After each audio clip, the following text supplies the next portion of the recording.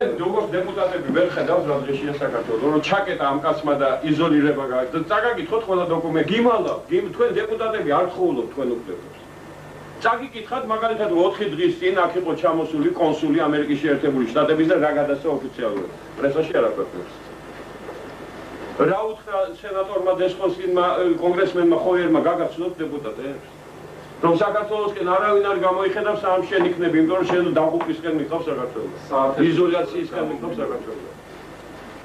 ვერ ატყობთ რომ გატყვილებთ 50 სახელმწიფო მზად არის ხსნობს, რომ არის ვახსნოთ.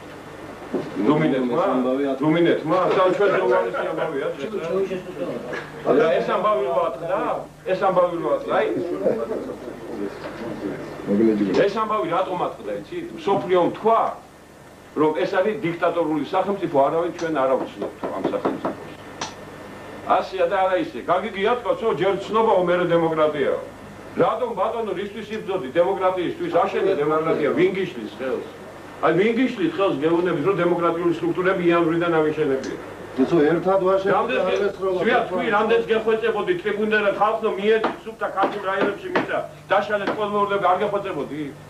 გაკეთდა 96% სოფლის მეურნეობა დღეს ვისკონსში, ისევ სოციალისტური სტრუქტურების. რატომ ვაკეთებ? მხოლოდ და მხოლოდ იმიტომ, რომ იმ კაცს უნდა სოციალისტური სტრუქტურა, ცენტრალიზებული სტრუქტურა, იმ კაცს უნდა მეფობა გაიგეთ და არავითარი დემოკრატია.